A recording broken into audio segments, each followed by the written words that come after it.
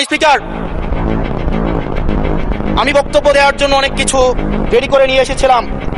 আমরা আইনমন্ত্রী বলেছেন রুশু পড়ার জন্য, তারপরে হচ্ছে হবস পড়ার জন্য, মদিনা সনদ পড়ার জন্য পড়েছিলাম, কিন্তু আন্দালিব রহমান পাত্র সাহেব যে বক্তব্য দিয়েছেন, আমরা ক্লাস 8-9-এ যে ডিবেট করতাম সেটি রিভার্টাল দিলে 20 মিনিট সময় লাগবে। মাননীয় স্পিকার, আমি ওনার বক্তব্যে রিভার্টাল দিচ্ছি। উনি বলেছেন যে আমি কোট করছি, উনি বলেছেন 72-এর সংবিধানের কিছু কিছু বিষয়কে ওনারা সম্মান দিয়েছেন। তার মানে কিছু কিছু বিষয়কে ওনারা সম্মান দেয় নাই।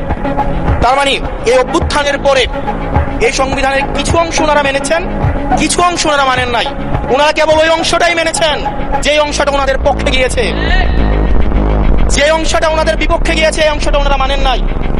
মাননীয় স্পিকার, এই ধরনের প্রকৃতি সম্পন্ন যারা আছে বাংলাদেশের পার্লামেন্ট, যারা দেখছেন তারা সিদ্ধান্ত নেবেন। যারা কখনো কখনো কনফরমিস্ট, যারা কখনো কখনো রিফর্মিস্ট, তারা মূলত হচ্ছে অপরচুনিস্ট। এখন আমি সংবিধানের কিছু কিছু ধারা মানবো, কিছু কিছু ধারা মানবো না। আমি